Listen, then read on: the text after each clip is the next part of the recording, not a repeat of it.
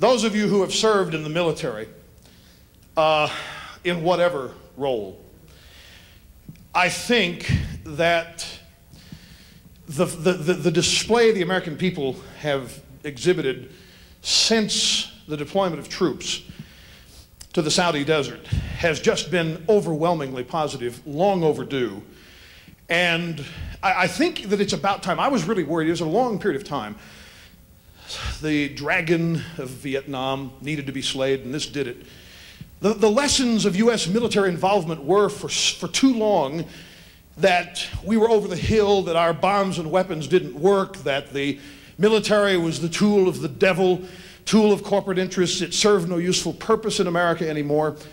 And of course, that was never true, and this country needed exactly what we got from Desert Storm. And I personally want to thank everybody who's ever been in the military, because I'll tell you, especially those of you who volunteer, well, just everybody.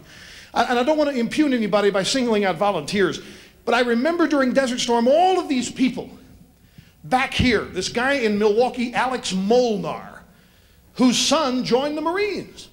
And Alex wrote George Bush a letter, published in the New York Times: "If my son dies, the blood of his death will be on your hands."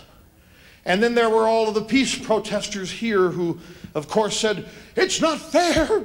It's a volunteer army. The sons and daughters of the rich aren't there. The sons and daughters of CEOs aren't," all of this stuff that didn't make a hell of a difference.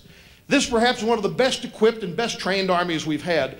And the greatest thing about it was, greatest thing, the only people who complained were people who stayed here, like in San Francisco and Seattle and other places that had all these resolutions where people who didn't want to go could show up. Nobody showed up. The people who were over in Saudi didn't quit.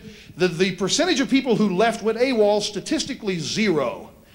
People who join the military or who have served offer their lives in sacrifice for this country. It's something that few of us would do. They did it, you did it. That's why we call them brave, that's why we call them courageous. I, for one, thank you very much for the sacrifice that you make. I really mean it from the bottom of my heart. I do.